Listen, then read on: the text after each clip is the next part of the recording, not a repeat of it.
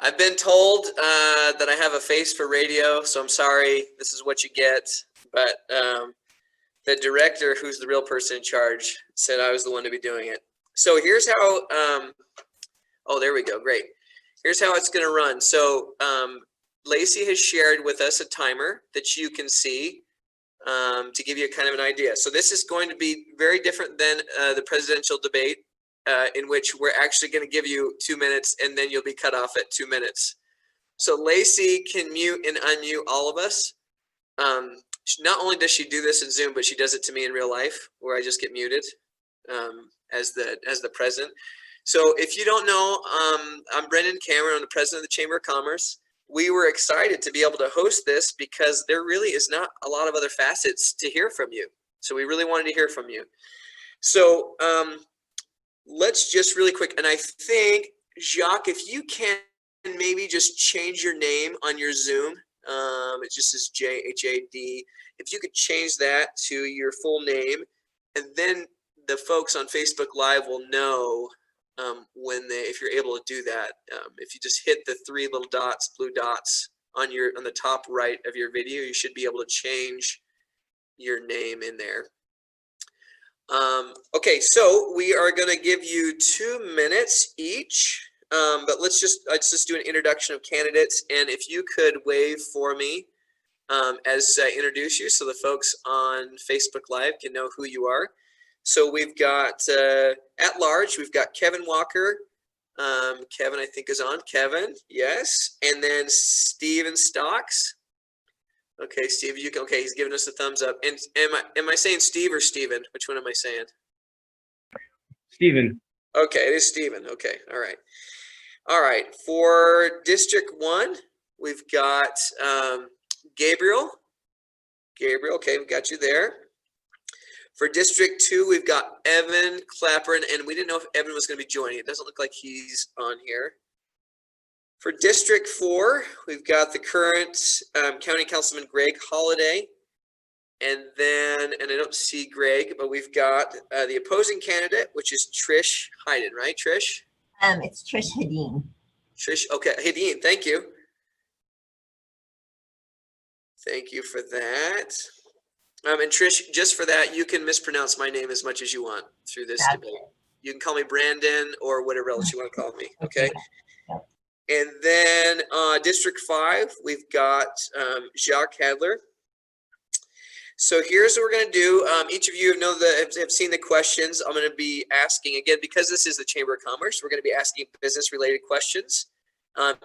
Each candidate is going to have 2 minutes to answer the question. And again, if you've just joined on Facebook Live, you can write some questions you'd like to ask the candidates, and we'll get their answers to your questions as well.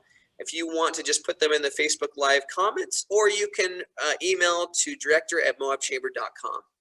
And we will answer those after. So here's what we're going to do. We're going to begin, and just because this is the order that's in my video file, we're going to start with Trish, then Gabriel, then Steven, then Jacques, and then Kevin. We're going to go in that order. So the first question, and again, you'll have 2 minutes. Lacey will start the timer, and then at that 2 minutes, Lacey will just mute you if you're not done by that time. Okay, that way we're gonna be unpresidential, unlike the debate that way. Okay, so Trish, let's start with you. The first question is, talk to us about your vision of what the relationship between local government and business should look like.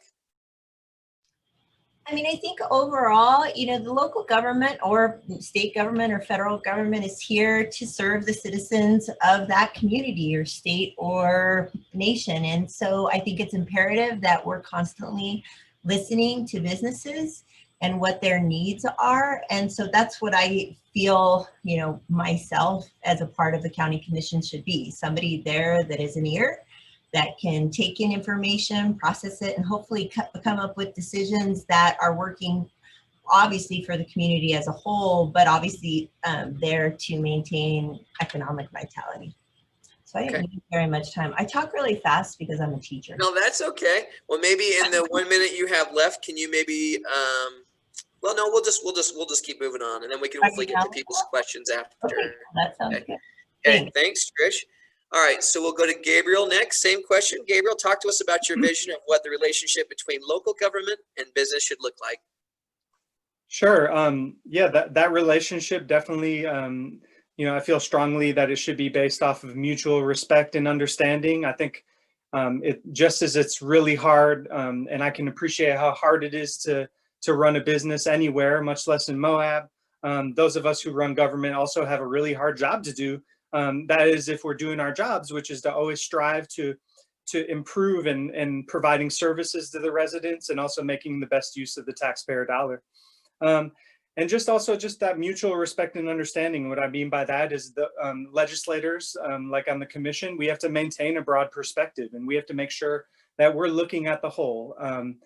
And so I think just communication, definitely communication and an ongoing partnership, I think, is just really important. And I think really what I want to emphasize in that is also like that we're maintaining that partnership and communication, not just in times of crisis. I think in my year on the commission, I find that like I get to know people real well when stuff is hitting the fan. And I'd like if we just can maintain more of a consistent ongoing partnership between government and the business community. Awesome. And Gabriel, if you could make stuff quit hitting the fan this year, that would be really great. Okay. Okay, thank you. All right, Stephen, and just if anyone didn't hear, Stephen's going to have to step out for part of this. He's got a court appearance that he needs to be part of. So, Stephen, talk to us about your vision of what the relationship between local government and business should look like. Yeah, I think first and foremost, we need to understand that there's a lot of play between the two factors. Thanks to the amount of the business that we have in the community, we're able to have the services that the government provides. We get that money from taxes that all of these different individuals and the tourism brings in. We get a substantial amount of money, and because of that money, we can grow. And I think that has to be kind of a reciprocal arrangement. We can't have the government just deciding overnight that they're going to shut down business without having a good communication with Brendon County, without having an information with the actual businesses in town. And if we don't have that overlay, and if we don't have that communication, we get a situation that happened recently. And I think the commission has failed to have a good working relationship with the businesses and failed to communicate straightforward with the businesses. And everyone was caught with their pants down, and we didn't know how to talk about or how to work through COVID together. And we just hit the panic button and everybody freaked out. And what we didn't understand is that without the tourist economy, our government lacks a substantial amount of money. And so what we need to do is we need to strengthen that relationship. I think now we've set up better mechanisms for the county to communicate with the individual businesses. And then we also need to build resiliency.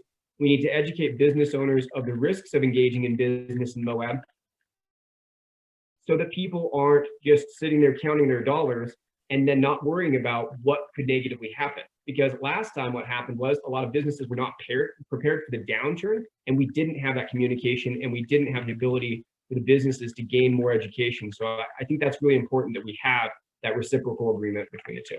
Thank you. Awesome. Thank you. Okay, and the order moved a little bit, but that's okay. Let's go with Jacques. If you can go next, same question. Talk to us about your vision of what the relationship between local government and business should look like. Oh, Jacques, looks like you're still on mute. There we go. Okay, go ahead. First, I'll say that I myself am a businessman. I manage a Main Street business, a successful Main Street business. I also own a small business separately from the one I manage. I think that the relationship between business and government should definitely be a two-way street. As a business owner, I know how important it is to be able to go to government when necessary. Government can create an atmosphere where business thrives, and a healthy business base obviously keeps our citizens employed and the tax dollars coming in, and the quality of life good. There are many things that the government can do, such as creating affordable housing For our employees, my biggest challenge in my business is finding people who can work for me. It's an incredible ongoing struggle, and the more affordable housing that we create, the better I'm going to do in my business. I think most businesses in town would agree with that. Zoning can be can create fun and unique shopping districts and can have a huge effect on where we can do business. And like I said, create nice areas to do business in. I also think that government needs to be very considerate of businesses when they make decisions. In my business, my wife and I own a small storage unit right in town, and this is city, not county, but the city put the bike path in right in front of it. And that affected the water coming off of the roof of the storage unit. We had storage units flooding. They did that without speaking to us at all about it. We had to go to the city over some of these issues repeatedly. If they'd have talked to businesses before they made that planning to begin with, it would have saved us a lot of time and frustration. So I think that government absolutely should be conscious, considerate of businesses. Another example of that is the ongoing construction on 191 north of town, I think, is affecting businesses too. Okay. Thank you, Jacques. Okay, and last but not least, Kevin, same question. Talk to us about your vision of what the relationship between local government and business should look like. Well, I agree with a lot of the things previous speakers said, so hopefully I won't repeat too much. I think businesses are a very important part of the fabric of our community. They provide employment. They provide services for us.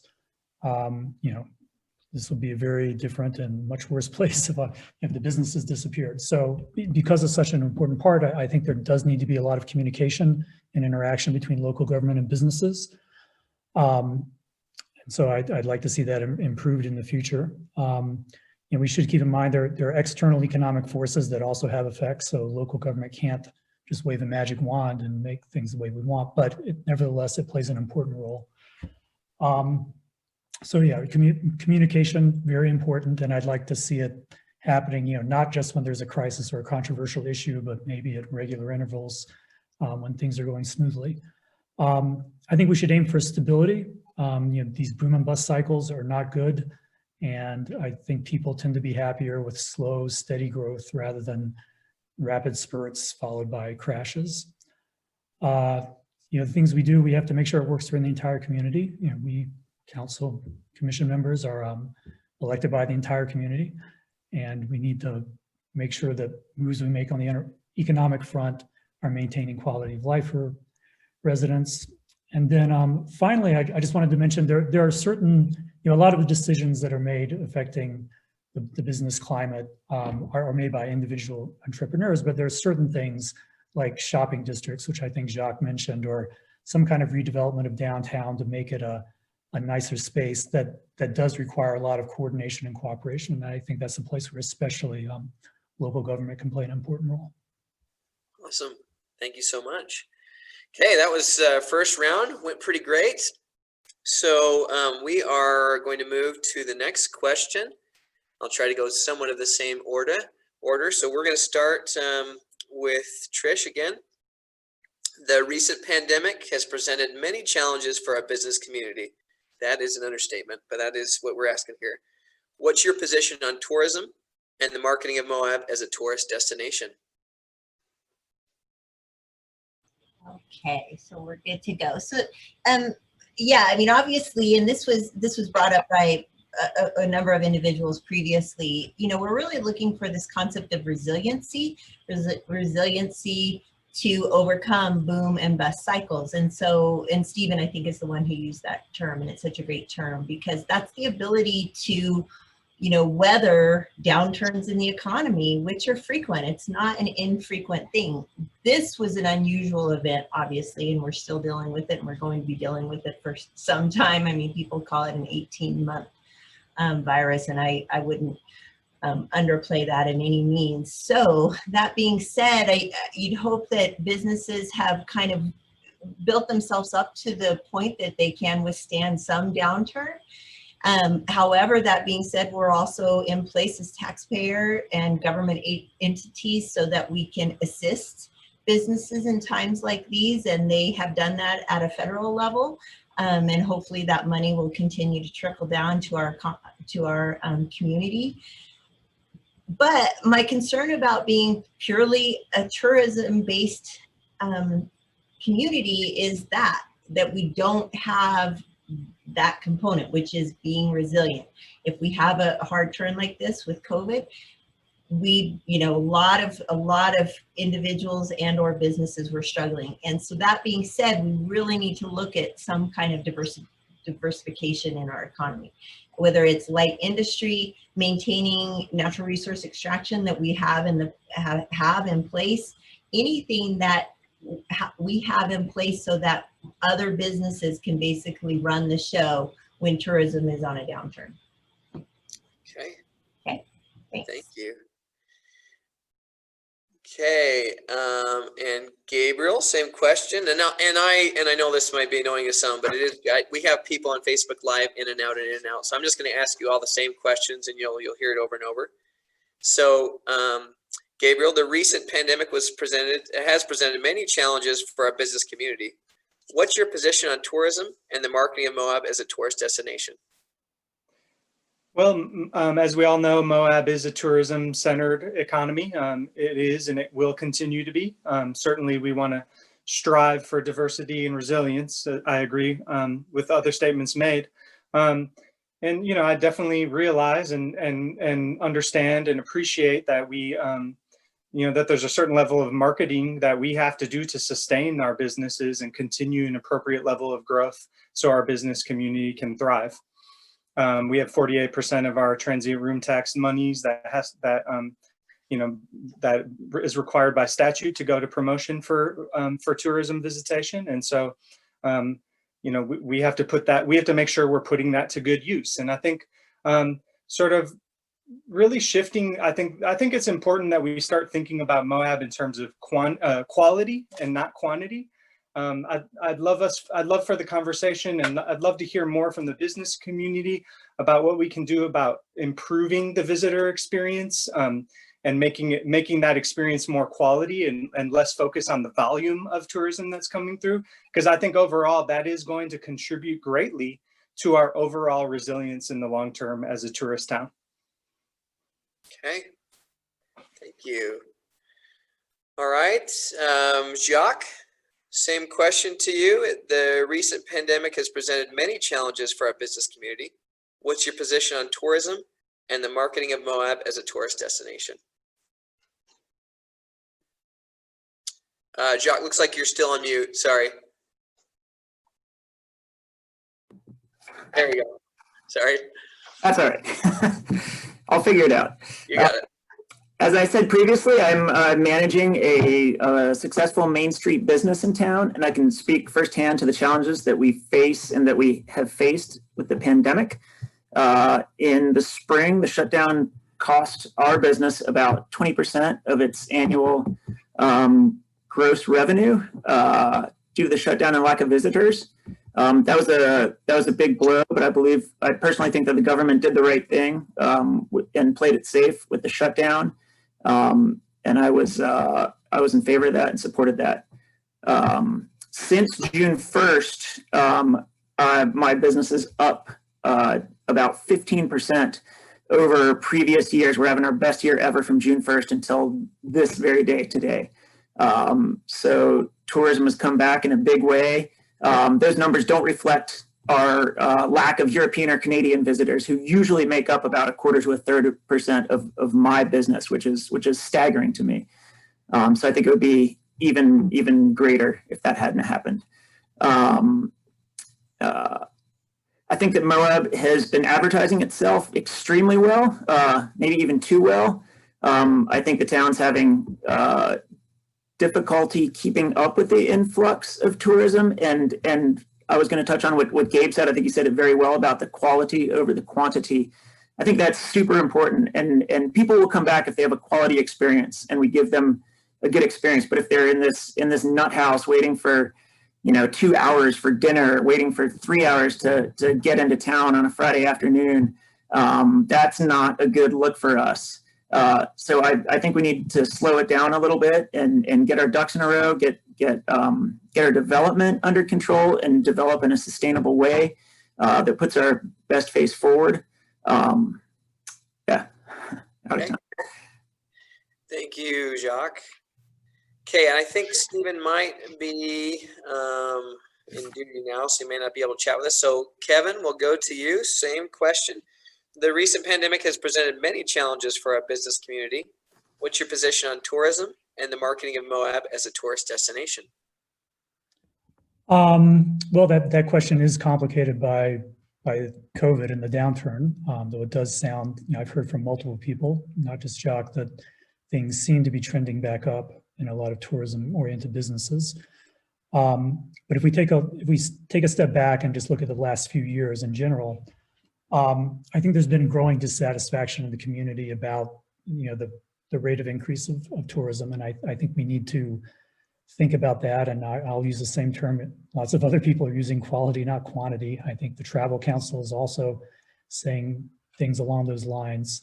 And to me, what it means is we want to try to increase the dollars we get out of tourists, but we don't necessarily want to increase the numbers. And I think we also want to decrease the amount of disruption that it gets caused. So it's a very important part of our economy, but I think, unlike say the late 1980s, we're no longer in a position where we just want to say, okay, as many people as possible, anyone should come here. I think now we can pick and choose, and we can, and there are models of this from other tourist towns. There are destinations that are a little bit more high end, a little bit harder to get to, but when people do get there, manage to get a hotel booking or whatever, they have a better time. And I think the sort of jobs that are created by that kind of tourist economy, I think pay better and are more satisfying than the kinds that we have right now. So I think we should make sort of cautious, slow moves in that direction. And I guess I also want to say, there are limits. I think we're beginning to bump up against water limits as well. And so we do have to think, we're not going to double the population of Spanish Valley. I think, that we're going to hit physical limits before we get there. Okay, thank you. It looks like we've got Stephen with us. So Stephen, same question. The recent pandemic has presented many challenges for our business community. What's your position on tourism and the marketing of Moab as a tourist destination? I think the most important thing now is that we've seen the effects of COVID, and we've seen the effects of what happens when we have almost 100% domestic tourism. And recently with the construction, you can see how packed town has really felt. And I think the reason for that in part is because we're not having the visitors from France or from China, Japan, and we get a different flavor of tourists. And I think that's great that we understand the different types of individual that comes to Moab. I think that what we can increase is better education through stewards that come to the land and really push forward this idea that you can come to Moab for the destination and for the vision that it's going to be a retreat, either being a retreat for nature, to be able to enjoy the sites. We don't need to advertise as much to the individuals that are engaging in the things that the public doesn't view as critical or as necessary. We can more focus on the individuals that want to come here for more relaxing purposes. We don't need to really gear up and really push for the idea that people come here for, let's say, Jeep Safari, for example. I think that industry is driving itself, and we don't have to be concerned that that's going to go through. I think that we do need to understand that we have a tourist economy, and that's really important. But ultimately, tourism is the lifeblood of Moab, and we haven't shifted away from that, and we haven't found another replaceable means. And because of that, we need to embrace it, and we need to embrace it in a way that is respectful of the area and in a manner that works for everyone. Thank you, Stephen. Okay, so this is a great transition point. A lot of you spoke to this in previous questions. So the next question is about our economy and diversifying it. So let's shake it up a little bit. Jacques, if you can lead with this one. What is your position on economic diversification? And have you given thought to specific potential industries that could add to our economy?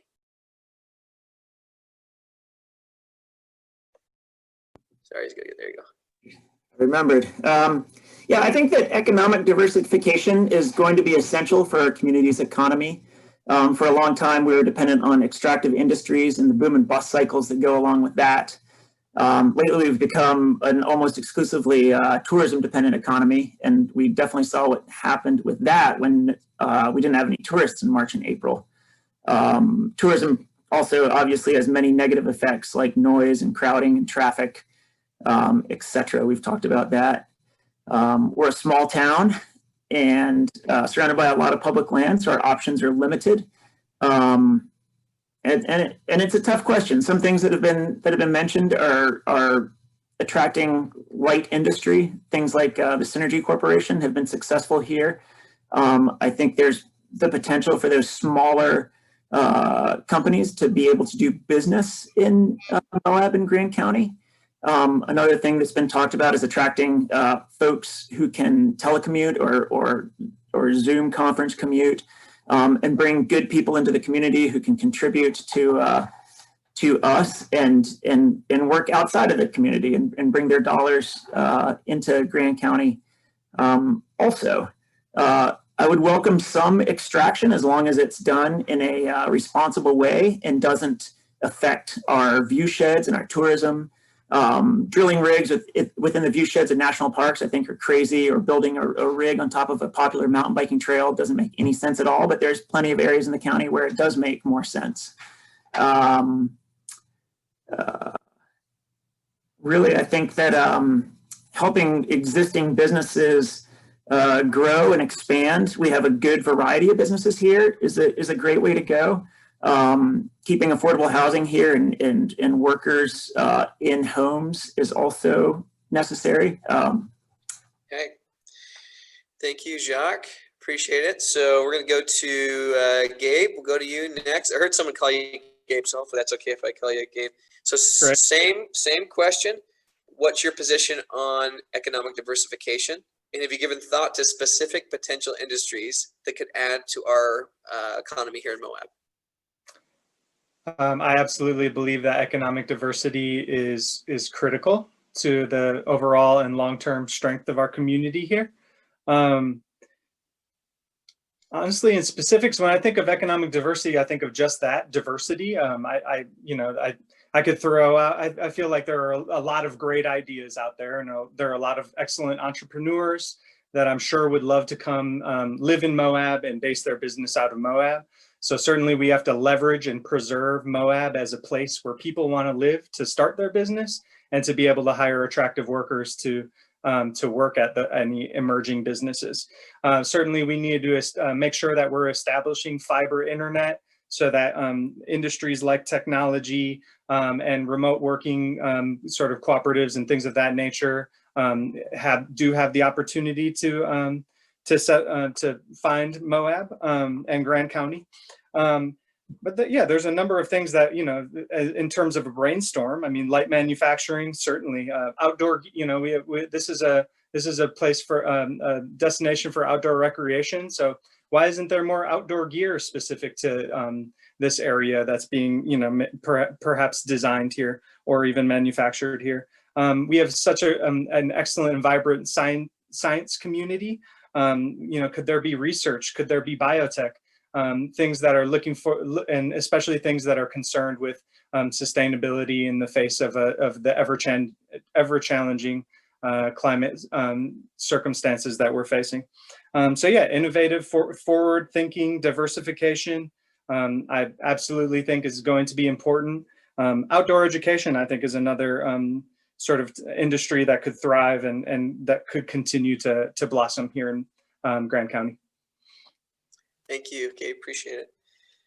Okay, Trish. So same question. What's your position on economic diversification? And have you given thought to specific potential industries that could add to our economy? Thank you. I definitely have. So first of all, I want to state that I think it's really important that we basically make sure that we're supporting the industries that exist here in the best manner possible. And that also includes extractive industries such as Lisbon and potash, that we're constantly making sure that those companies are doing the best that they can with our support. I agree with Gabe. I think when I think about light manufacturing and reaching out to industries, I think about outdoor rec, and I'm talking about climbing, biking, hunting, fishing. There's a lot of industries and a lot of individuals out there that I think if they're going to either expand their current business or start a new business, I think Moab is a great base for that. And then again, I think all of the kind of supporting techs that go with that. So what I mean is the engineers that go along with a company such as Petzl or Black Diamond. Can those individuals be telecommuting from there to support those larger industries that exist within our state?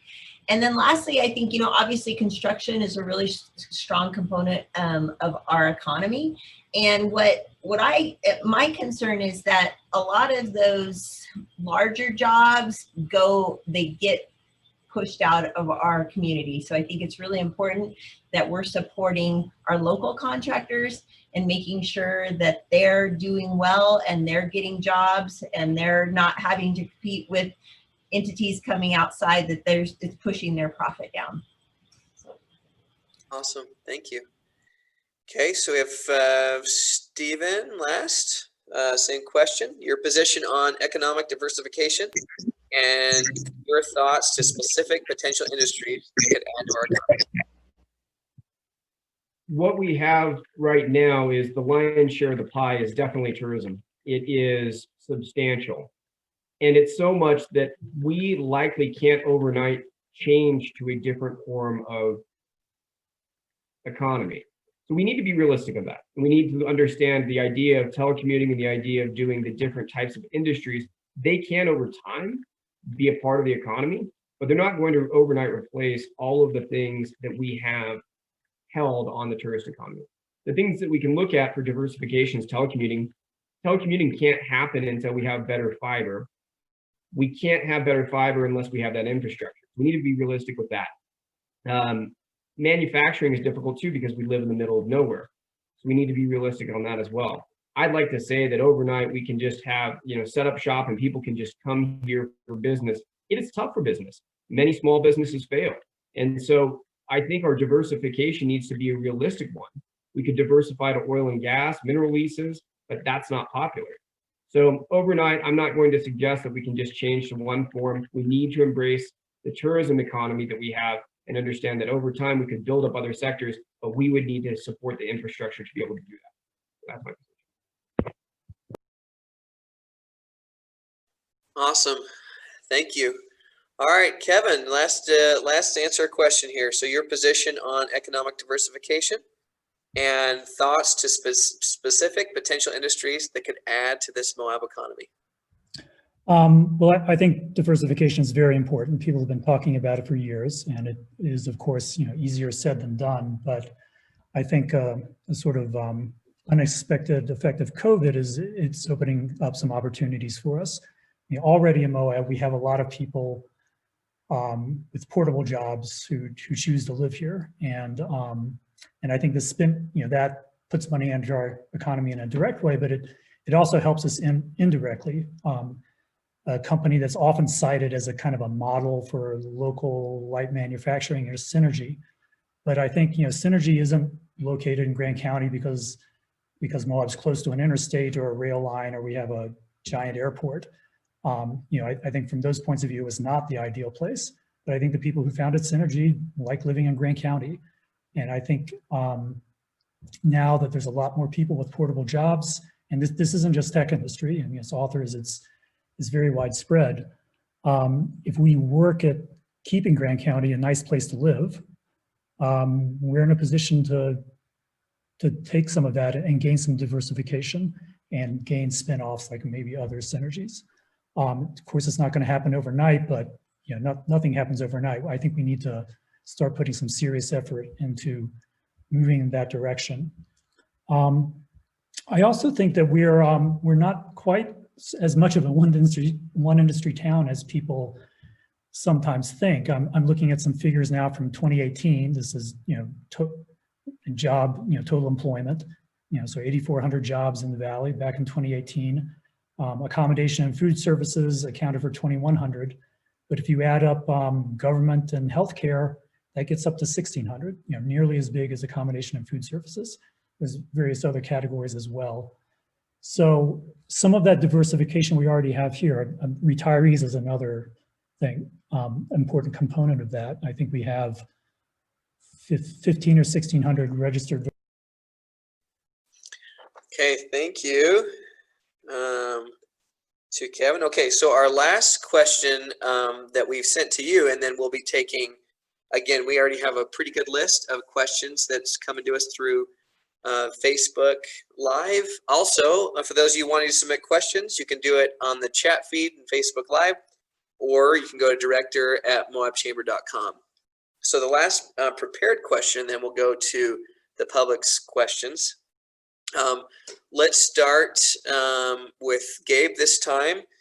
So what will you do? So if you're in here, what will you do on the local government level to support the business community? Again, as part of the Chamber of Commerce, if we felt this is pretty important to ask us. So what will you do on a local government level to support the business community to recover and grow a stable small business economic base? Yeah, so in terms of recovery, first we talked, I think we all shared in that communication, with the business community, knowing what the business community needs to be able to offer those things. I've got to know what those things are. And so does the entire legislative body, of course. I'm going to be a leader that's going to make sure that we proceed cautiously and carefully right from now and through 2021. So we stay safe in the face of this pandemic and that there aren't any further shutdowns. And we're doing what we need to do to make sure that we can stay steady. And otherwise, I think we have a great economic development director right now, Elaine Gisler. I'm sure you all know her. And I want to lean on our professionals that we have in our county departments. I want to lean on the local business expertise and really just be able to put that talent in a position to succeed. But also with as far as the role of the county in that, capturing state and federal funding for small businesses and funneling that and making sure that that's available here locally. I think that that's really important that we continue to do that. It may not be, even if all of those pools of money that we gain access to, even if they get used, even if they don't all get used in a given quarter or a year, it doesn't mean that there might be an emerging business the following quarter or year that would use it. So sort of staying the path with regards to that. And there was one more last thing there was one last point that I had, but I think I forgot it. So that will be enough. Thank you. Yep. Thank you, Gabe. Okay, Trish, same question. What will you do on a local government level to support the business community to recover and grow a stable small business economic base? I'm going to piggyback on Gabe for just a second. And I think a needs assessment is imperative. So again, we have an understanding of what businesses are looking for. I think it's extremely important on a county level to be budgeting very carefully, not be expending money that we don't need to be spending at a time like this, being extremely conservative with taxpayer dollars, reaching out again, this is piggybacking on Gabe, for federal and state stimulus monies to assist small businesses. I think some of the stuff we really need to be looking at also is supporting education so that people can begin to diversify their own skill set. And so again, that might be supporting a traditional university, so Utah State, for example, but also certificate programs, CTE programs, so that people can gain skills that they might need when their jobs are out the window. And again, supporting our workforce in general. So affordable housing, a working wage, things such as that. Awesome. Thanks, Trish. Okay, Jacques, what will you do on the local government level to support the business community to recover and grow a stable small business economic base? All right. As stated previously from my front row seat as a businessman in town, I think that our economy has largely come back. And it's humming along at greater levels than previously. Nothing is going to give us back the 2 months that we lost in the spring of lost revenue, but I think the best thing that we can do to grow a stable economic base is to make Moab and Grant County a safe, pleasant, and desirable place to live, to attract and keep good people, to anchor our community through thick and thin. Things like reducing noise and traffic, creating affordable residences, maintaining good schools and education and amenities like our recreation and aquatic center, and keeping our world-class outdoor recreation viable are vital to keeping Moab a great place to live and keeping people and businesses here in town and happy and successful. I'm also in favor of bolstering infrastructure like high-speed internet with greater bandwidth, especially in the COVID times. That it can't be understated how important the internet is. My business as a bike shop actually depends greatly on the internet for payment systems, point of sale systems, and our reservation system all depend on it. And I'm sure you guys have experienced this when town's really busy, it absolutely bogs down and creates headaches for us. And I can't imagine how bad it is for businesses that depend more on that. So I think that's a pretty important thing. I think in the short term, keeping awareness of COVID and social distancing high and a mask mandate in place for as long as necessary should continue to keep levels low and Grant County open. We're not going to do any business if we have a huge outbreak here and we have to shut down. So I think just staying safe and promoting our safety is huge to keep people coming to Moab in the short term until this is solved. Awesome. Thank you, Jack. Okay, Kevin, same question. Local government level to support the business community to recover and grow a stable small business economic base. Well, I think what I have to say is going to be repeating a lot of things you just heard. I liked what Trish said about education. I think that's important. As Jacques points out, I think keeping Moab a great place to live helps us in numerous ways. It helps us diversify. It helps retain the employees we already have. It just helps everybody who lives here across the board. So we definitely want to do that. I think we do want to avoid another shutdown. So I support the cautious approach the County Commission has taken toward COVID. And I think we should continue that. Another spike in COVID cases is not going to help us. So we need to keep that under control. I think the communication is important. And I think, I mean, this is perhaps more, as much a city issue as a county issue, but I do think looking for ways of improving the sort of both the resident and visitor experience downtown, different types of shopping districts, maybe the alleyway behind Main Street on either side, making something out of that. I think those types of projects are worth looking into. And that's, because it involves multiple businesses and property owners, that's the kind of thing that where local government definitely has to be involved. Okay, thank you. And Stephen is now having to well, he's doing his other job there in court, so we understand he can't be here to answer this question, but he just passed along via the chat. He said, I'm in a hearing now, but I'll have to pass this message on, that the county should provide education on business resiliency for managing a business with impacts that can happen with any boom bust cycle. This is critical in helping establish stability in the market. And then he said he'd be back in roughly 5 to 10 minutes. Sorry and thank you.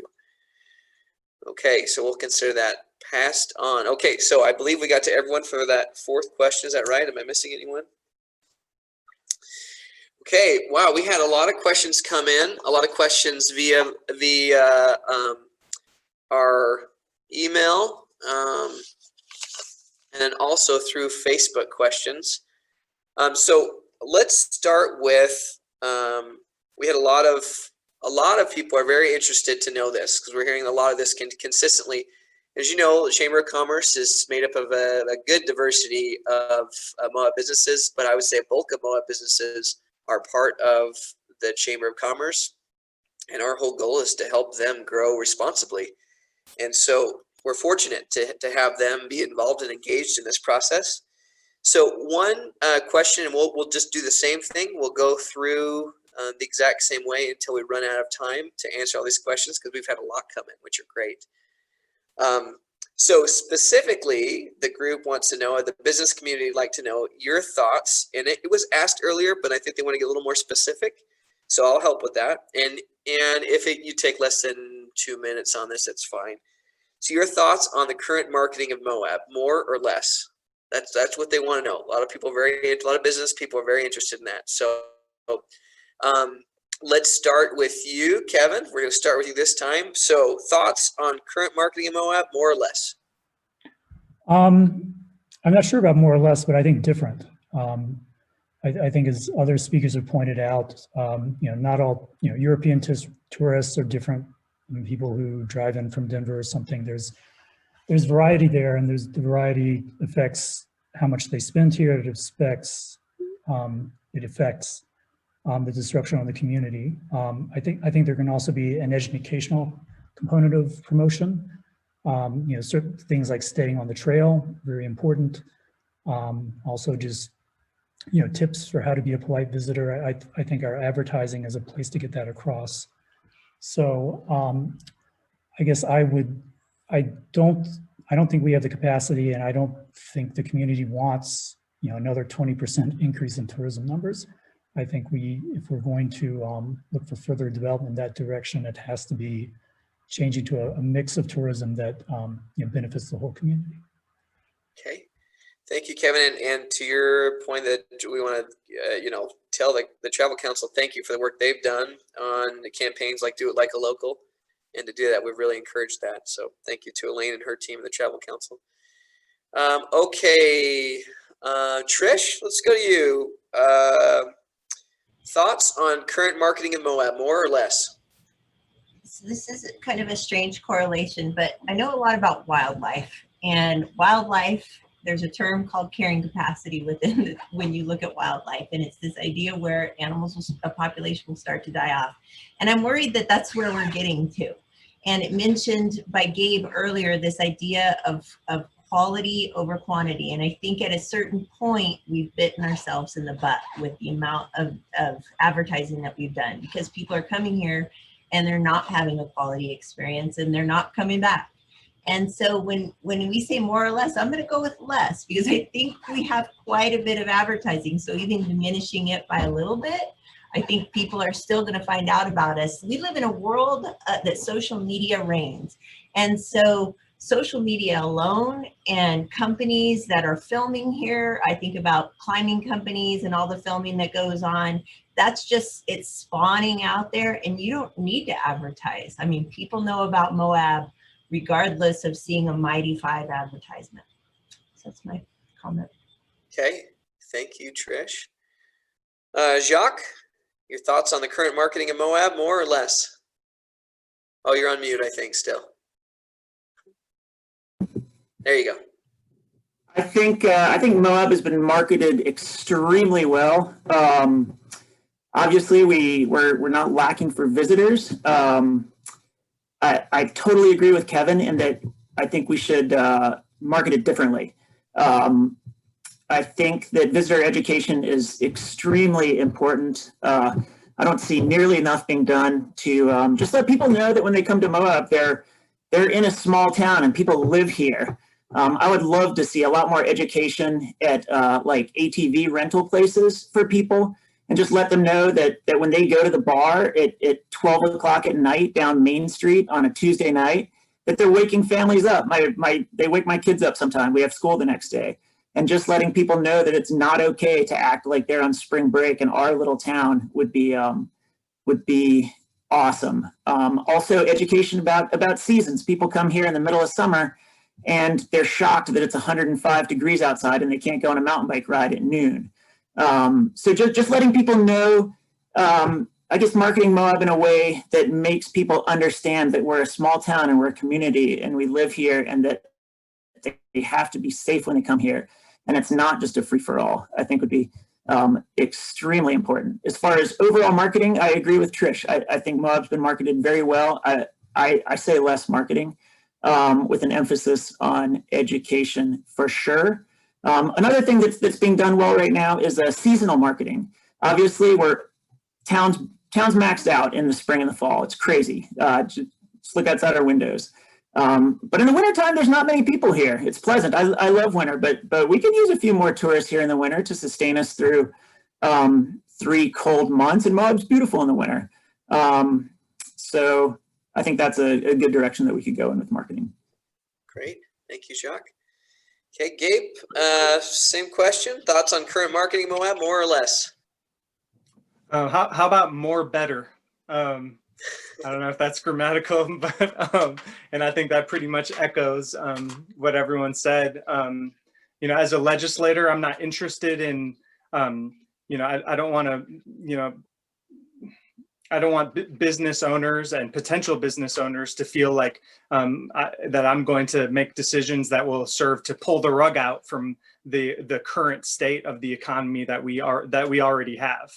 That's not what I'm interested in doing. But do we need to sort of stop and ponder and make sure that we're managing well what we already have, and yes, in the meantime, sustaining that. Yeah, I think that more better tourism or more better promotion is definitely what I'm in favor of. And before I'm done here, I actually have to leave right now. I have a 2 p.m. County Commission workshop to attend. I'd love to be here another while longer to field questions from the public, but unfortunately I have to go and serve that duty. And thanks so much for having me today. Thanks, Gabe. Really appreciate your time. We know it's valuable, so we really appreciate your time. Thank you. Okay, this question comes from, let's see, the marketing question came from a lot of people. This question comes from Jen Sadoff. So shout out to Jen for trying to keep our community safe through this whole thing. She says there's significant growth planned for northern San Juan County that will impact Grand County in many ways. What role would you play, and should the Grand County Council play in that growth? Great question from Jen. So the new community that they are planning to be part of San Juan, which is close to Grand County.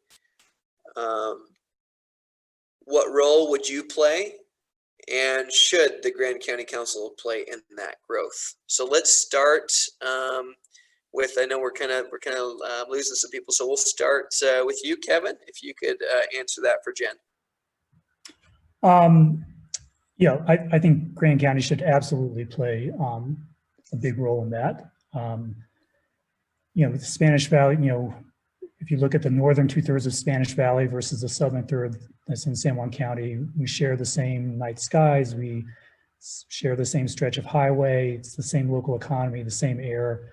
So, you know, it's absolutely part of our community. And on the other hand, 90% of the population of San Juan County lives 40 miles away or more. So I think there needs to be more cooperation. And I think Grand County should be more assertive in trying to get that established. But the lucky thing is, you know, there's been a recent change in power in San Juan County. And I think 2 of the 3 commissioners right now will be very amenable to that sort of cooperation.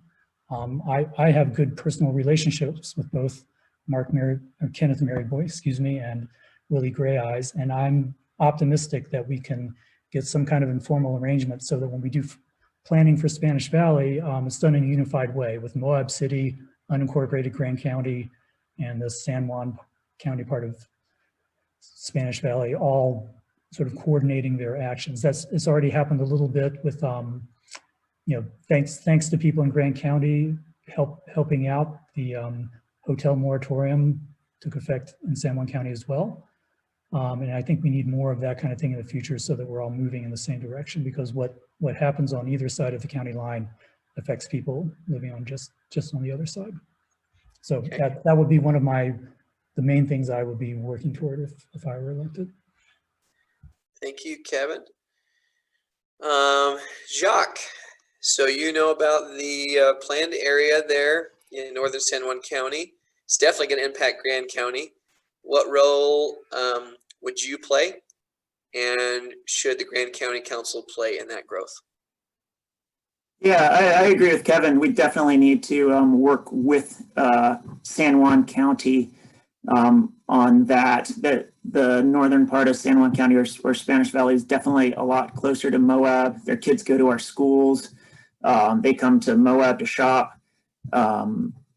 And that growth is going to affect us greatly. So I think it's imperative that we work with San Juan County on issues in Spanish Valley, and it's an area that I need to educate myself more in also. But sure, that the short answer is that we absolutely need to work with those guys, reach out to them. Hopefully they'll reach out to us, and I would love to work in conjunction with the folks of San Juan County to make the growth sustainable and responsible, and make San Juan County, or northern San Juan County, as great a place to live as southern Grand County. Okay, thanks, Jacques. Trish, same question. So with the growth of San Juan County that's planned, what role would you play, and should the Grand County Council play in that growth?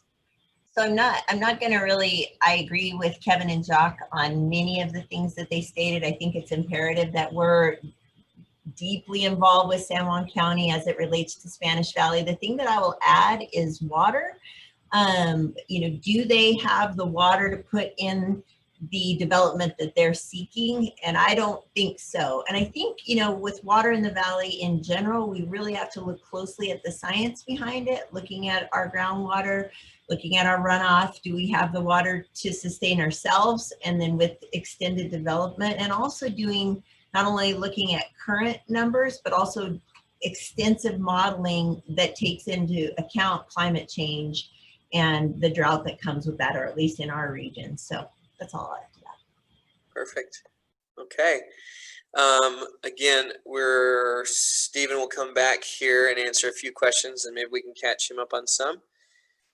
This is brought up, and so I want to ask this question.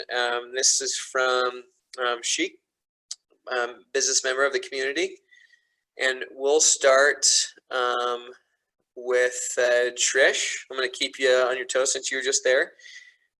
Do you believe the restrictions on new overnight rentals have helped new business start or deter new businesses from starting? So do you believe that it helped new business start or deter new business from starting?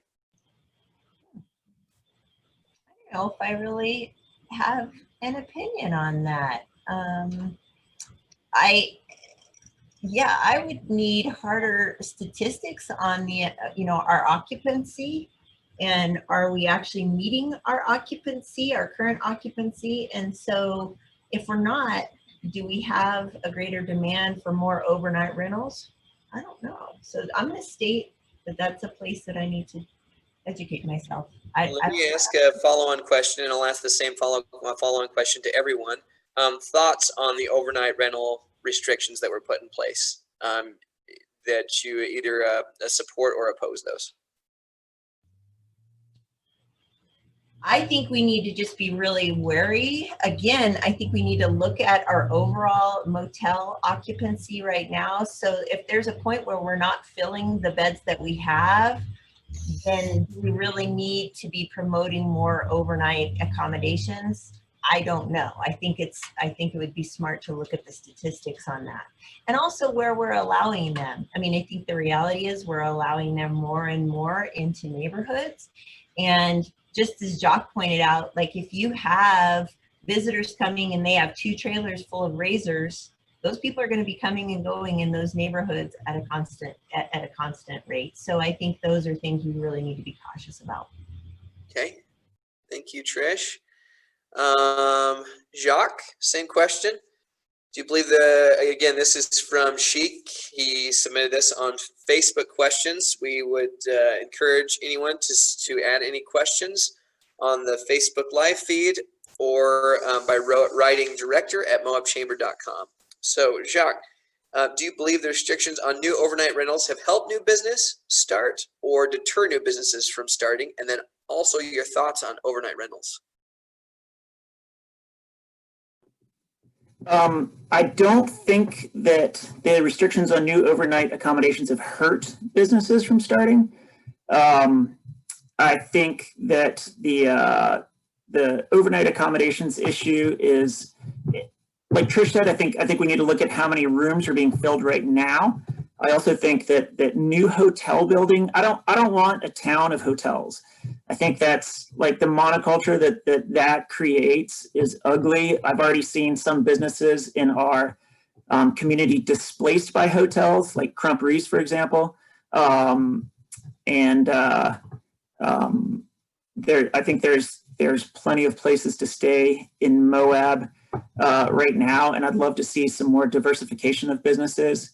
Also, I live in a neighborhood. There's overnight housing, like Airbnb type of places down the street, and they do those are the people that come in with trailers or razors and drive down my street in the middle of the night. So where the overnight accommodations are located is extremely important, and when they're located in neighborhoods where they create noise and disturbance and whatnot, I don't think that's great. So I very much support a moratorium on that in some of our neighborhoods. I think some of the overnight accommodations are very well done. I think the Hoodoo's a great addition to our town, and some of the other like very well done hotels can be nice, but just putting up big boxy hotels all over town is totally a bad idea. Okay, thank you, Jacques. So Kevin, same question. Do you believe the restrictions on new overnight rentals have helped new business start or deter new businesses from starting? And then just your overall thoughts on overnight rentals. Well, I guess it's a factual question, so to really answer definitively, one would need to do a survey, but I imagine the answer is both. It probably, if you do something like a cleaning business for rental condos, it's probably not helping that we've tried to slow the future growth of condos. But of course, they're still being built at this moment for ones that were already in the pipeline.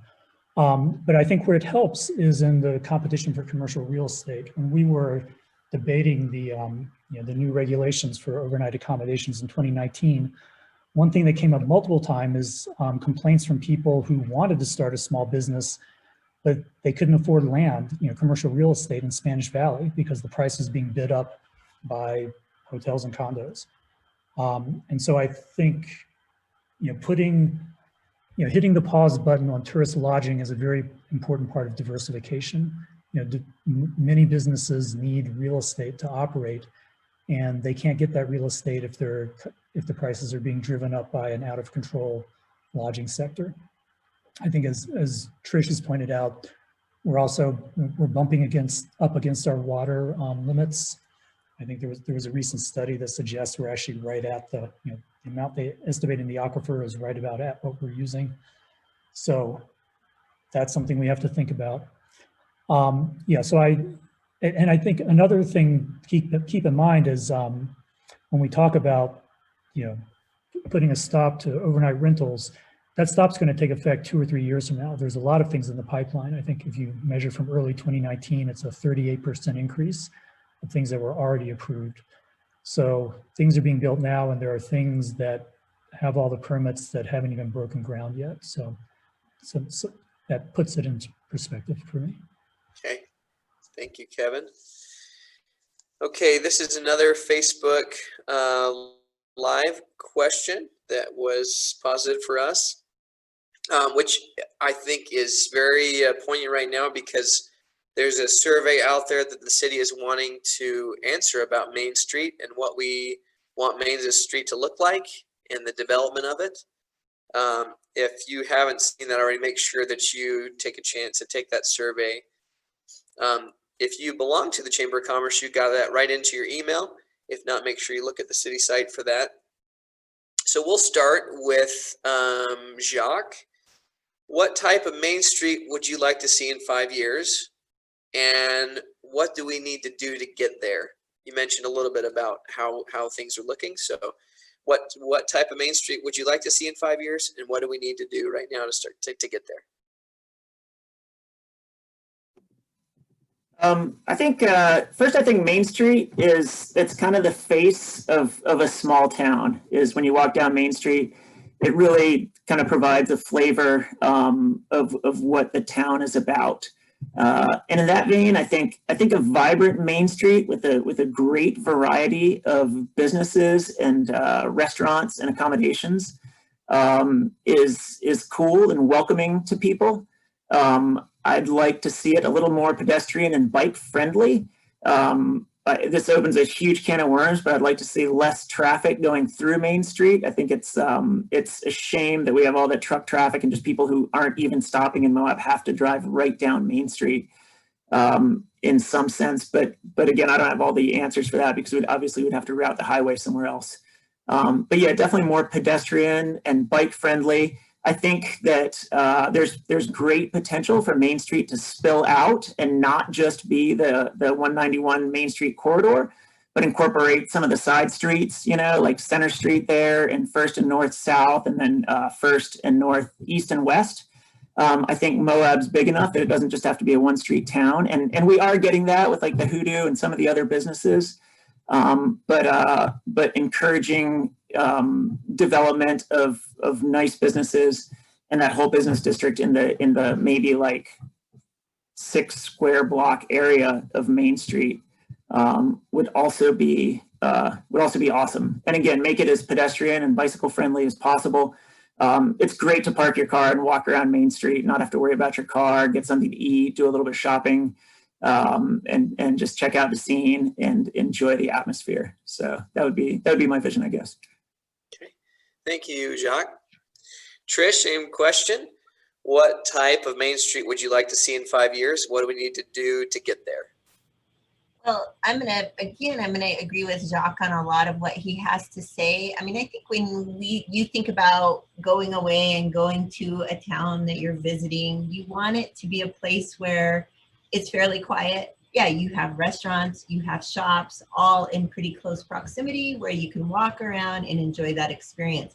I don't think we have that. I mean, we have some wonderful little shops downtown and some nice restaurants, but I think the reality is we have a major highway going right through downtown. However, I think we've somewhat missed the boat on a bypass, and that was on our plate a number of years ago, and I think we missed it. So how to somehow get truck traffic or just traffic that's moving around Moab, around Main Street, I'm not sure. That's going to be a tough one, but I think it's imperative. But a couple of things that I think we could work on is, I think, UTVs and their ability to be on our streets.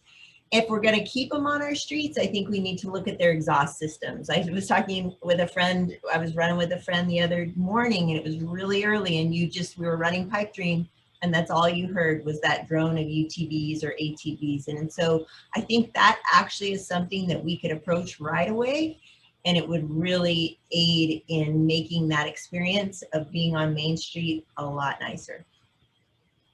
For sure. What you also missed hearing on Pipe Dream was me breathing really hard trying to ride that. That's the other sound that you didn't hear, but that was going on as well. Okay, Kevin. So what does the Main Street look like in 5 years, and what do we need to do to get there?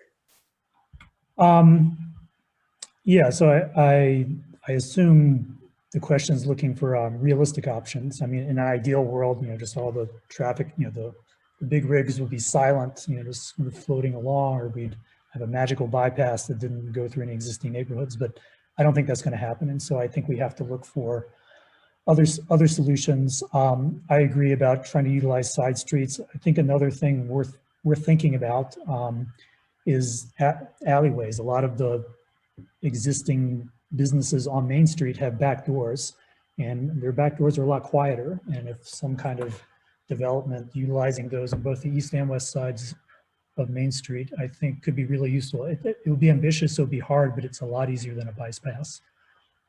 So I think some combination of that plus utilizing side streets. I think we also have to, I agree with Trish. I think UTV noise is a big problem in the community, and we need to look for ways of addressing that. So something else worth keeping in mind is, I think with the latest UDOT study, even if we did build a bypass, 70% of the traffic on Main Street would still be there. A lot of that's just local people. They're not trying to get around Moab. They're just driving around Moab looking for things. So, inevitably there's going to be a lot of traffic on that street, but I think we can create great pedestrian experiences very nearby on the street. Okay, so last question we have for you is been given by plenty of business members. Again, we're encouraging them. A lot of people obviously are working. The store right now, and I know Jacques, because I walked in front of it, is going crazy right now. So we're going to let you get back to it. So last question is a lot of people voting for this group here. Either they own a business, they're managing a business, or they're working at a business here in Moab. In the Chamber of Commerce, our goal is to specifically support business and encourage that growth responsibly.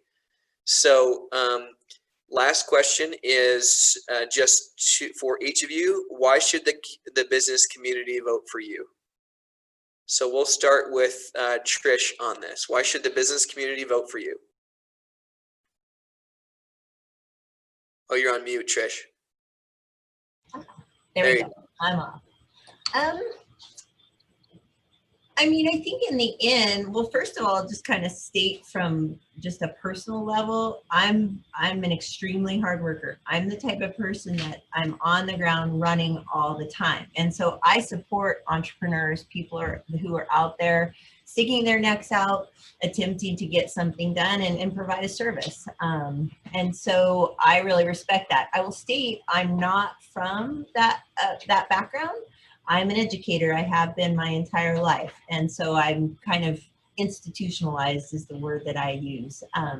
But I'm supporting people becoming better educated so that they can be in the workforce. And that's what I'm doing on a day-to-day basis. So I think on that level, I have empathy for individuals. I think I listen to individuals and or businesses. So I'm somebody that I think is taking into account and the entire system and people's comments and questions and hopefully addressing them on a logical basis. And that's my goal. Okay. Jacques, the business community, they're watching this. Why should they vote for you?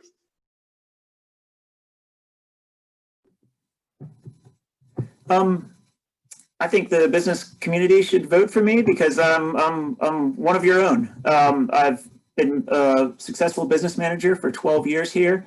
I own a small business in town, and I am acutely aware of the challenges that we face as business people here in Moab. Everything from worker shortage to the seasonality of our businesses, the peaks and the valleys. So I know exactly what you guys are dealing with it because I deal with it all the time myself. I'm also I'm a very hard worker.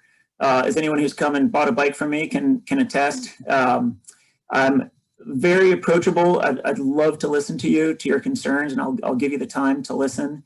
I'm friendly and very thoughtful. So I'll take whatever problems that you bring to me to heart. But mostly, I think I understand how business works here in Moab. Thank you. Okay, thanks, Jacques. Kevin, so business community is watching this. Why should they vote for you? Well, it's hard to give just one reason because I think the business community is diverse. But I like to listen to all sides. I always like, even when with people I disagree with, I like to thoroughly understand their point of view.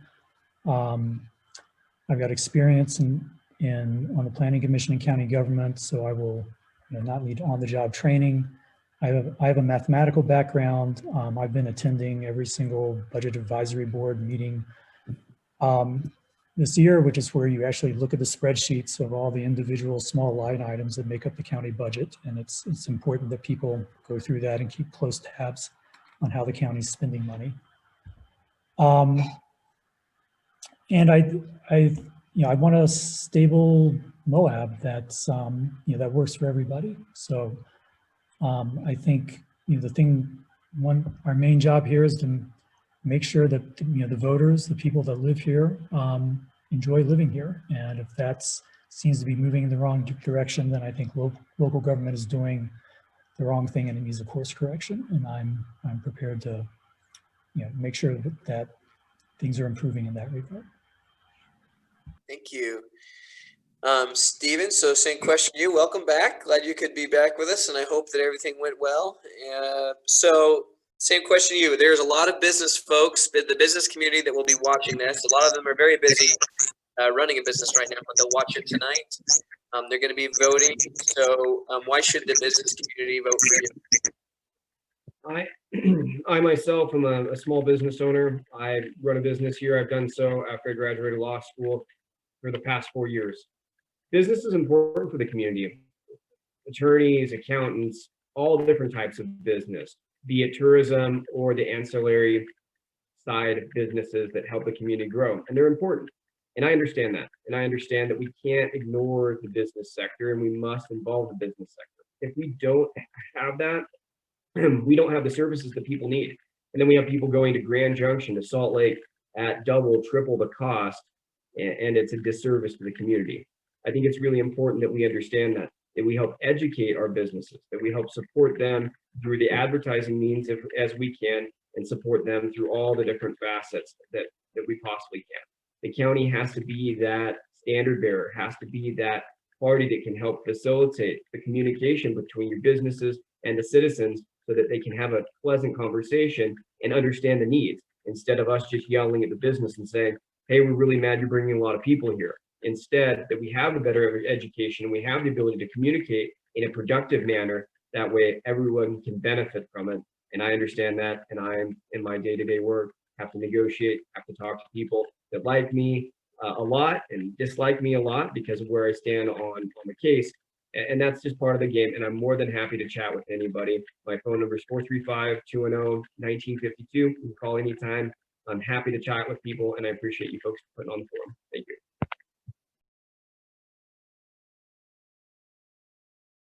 Thank you, Stephen. Appreciate you. Okay, well, last bit, just want to thank all of you. I know how crazy it is in town. I know it just sounds like just from your jobs, how busy you are. So we appreciate you giving the Chamber of Commerce your time. Just very importantly, want to note, I hear, I help manage City Market. And so I have a lot of people coming and talk to me, a lot of business needs, a lot of Chamber of Commerce needs. But the one thing, if people are not, and if they haven't already, make sure that they become a part of the Chamber of Commerce, especially during this pandemic. There's been just a huge, huge level and load of communication that the Chamber of Commerce staff has been able to sort through and get out the most important parts on loans, on deadlines, on dates. If you're not part of the Chamber of Commerce, you are missing out, and we appreciate those members, and we want to hear from you more often. Lacey's spending a lot of time in your businesses and asking questions of what we can do more for you. But I can tell you, I've had so many comments recently of this is what the Chamber has done for me during this pandemic. And so if you're not part of that, make sure that you become a member of the Chamber of Commerce. And if you don't own a business or run it or manage it, and you just want to support the Chamber of Commerce, just contact any of us. Again, email address director@moabchamber.com. And the last piece that I'd have to say to the public in general is go and vote. Man, does your vote ever count? It always counts, but especially right now, we're on I think one of the more important times in history, and not just at a federal level, but here at a local level.